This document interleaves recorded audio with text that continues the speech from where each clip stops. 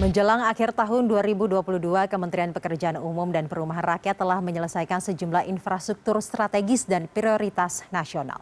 Mulai dari mendukung terlaksananya agenda internasional, membantu proses pemulihan pasca bencana alam, hingga pembangunan proyek IKN.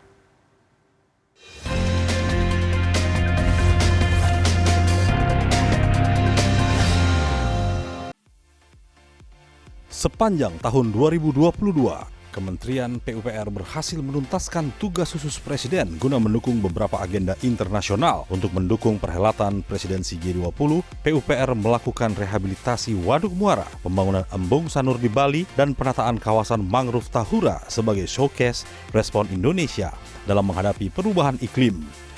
Wajah Taman Mini Indonesia Indah sebagai ikon dan destinasi wisata kota Jakarta telah direnovasi menjadi lebih segar, lebih hijau, dan asri. Demikian pula dengan kawasan Labuan Bajo dan Pulau Rinca telah selesai ditata dengan berbagai kelengkapan infrastruktur untuk menyambut ASEAN Summit 2023.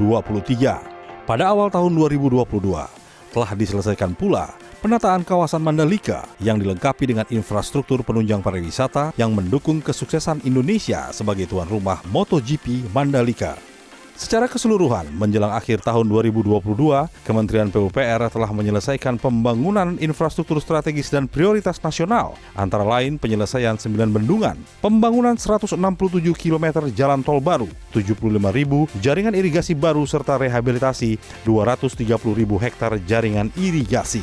Telah terselesaikan pula pembangunan 3 sistem penyedia air minum dan 7 pos lintas batas negara bagi pelintas antar negara, serta penyediaan dan dukungan infrastruktur perumahan. Untuk mempertahankan daya beli masyarakat agar bangkit dari dampak ekonomi akibat COVID-19, Kementerian PUPR terus melaksanakan program padat karya tunai atau PKT yang telah memberikan lapangan pekerjaan bagi lebih dari 611.000 jiwa. Sepanjang tahun 2022, Indonesia mengalami berbagai peristiwa bencana alam, antara lain di Aceh Utara, Tapanuli Utara, dan yang baru-baru ini, gempa di Cianjur, Sukabumi, dan Garut. Kementerian PUPR terus mengerahkan segenap daya dan upaya untuk membantu, mulai dari tanggap bencana, rehabilitasi, dan rekonstruksi. Menyongsong tahun 2023, saya ingin mengingatkan kembali pesan Bapak Presiden, yaitu melanjutkan pembangunan infrastruktur prioritas, khususnya infrastruktur pendukung transformasi ekonomi untuk menumbuhkan sentra-sentra ekonomi baru, termasuk pembangunan ibu kota Nusantara serta pembangunan 3 kota industri.